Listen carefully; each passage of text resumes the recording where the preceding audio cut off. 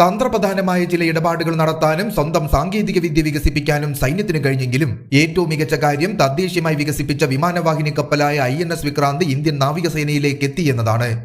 2020 മുതൽ 2023 വരെ ഉണ്ടാക്കിയ ഡീലുകളിൽ ഭൂരിഭാഗവും ഇതിനോടകം തന്നെ വാങ്ങിയ ആയുധ സംവിധാനങ്ങൾക്കുള്ളതാണെങ്കിലും സുരക്ഷാ ഭീഷണി വർദ്ധിപ്പിച്ചത് നിരവധി കരാറുകൾ ഒപ്പിടാൻ കാരണമാക്കിയിരുന്നു. ഇന്ത്യൻ സൈന്യത്തിന് തങ്ങളുടെ പ്രവർത്തനശേഷി മെച്ചപ്പെടുത്താൻ ഒടുവിലായി ലഭിച്ച 5 ഗെയിം ചേഞ്ചർ ആയുധ സംവിധാനങ്ങൾ ഏതൊക്കെയാണെന്ന് നമുക്കൊന്ന് വിശദമായി നോക്കാം. ഒന്നാമതായി റഫാൽ യുദ്ധവിമാനങ്ങൾ. ഫ്രഞ്ച് റഫാൽ യുദ്ധവിമാനങ്ങളാണ് ഇന്ത്യ നിലവിൽ വാങ്ങിയതിൽ വെച്ച് ഏറ്റവും പ്രധാനപ്പെട്ട ആയുധം. റഫാലിന്റെ വാങ്ങൽ പ്രക്രിയ 2020 ആരംഭിച്ച് 2021 തുടർന്ന് 2022 വർഷത്തിന്റെ തുടക്കത്തോടെ പൂർത്തിയാക്കിയിരുന്നു. ഇന്ത്യക്ക് പ്രവർത്തനക്ഷമമായ 2 റഫാൽ സ്ക്വാഡ്രോണുകളാണ് നിലവിലുള്ളത്.